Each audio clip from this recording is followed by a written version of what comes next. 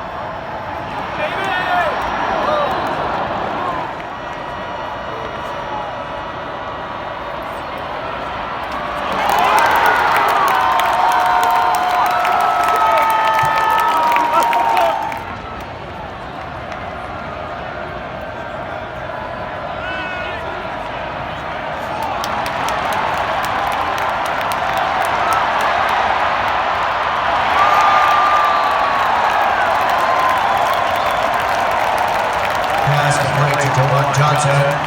Pass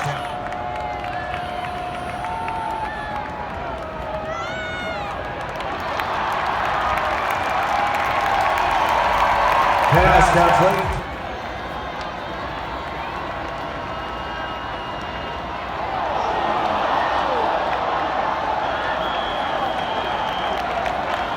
Darian Felix runs the ball.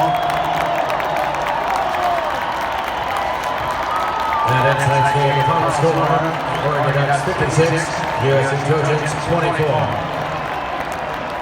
That is a final. The Oregon Ducks take down USC 56-24. USC only got one touchdown in the second half, so big props to the Oregon defense. They had, I believe, 3 interceptions, 4 turnovers in the whole game, and a bunch of sacks. So it wasn't just Justin Herbert doing all the plays for the Oregon Ducks. Also, big shout out to Jawan Johnson, number 6, wide receiver. He had 3 touchdowns in the second half, so he had a phenomenal game. So watch out for Oregon in the remainder of the season.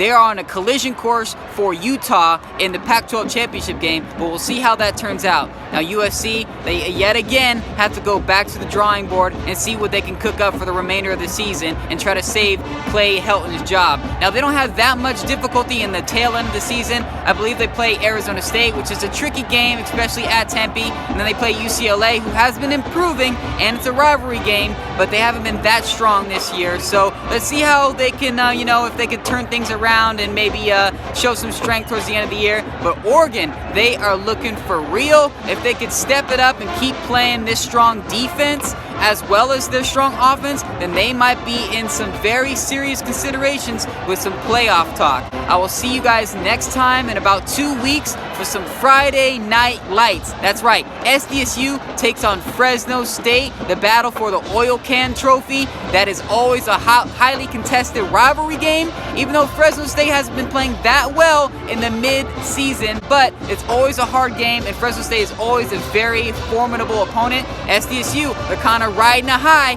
They were ranked 25th in the polls last weekend, and then they took down UNLV last weekend, so we'll see if they can keep on building that momentum. So I'll see you in a couple weeks at SDCCU Stadium as SDSU takes on Fresno State.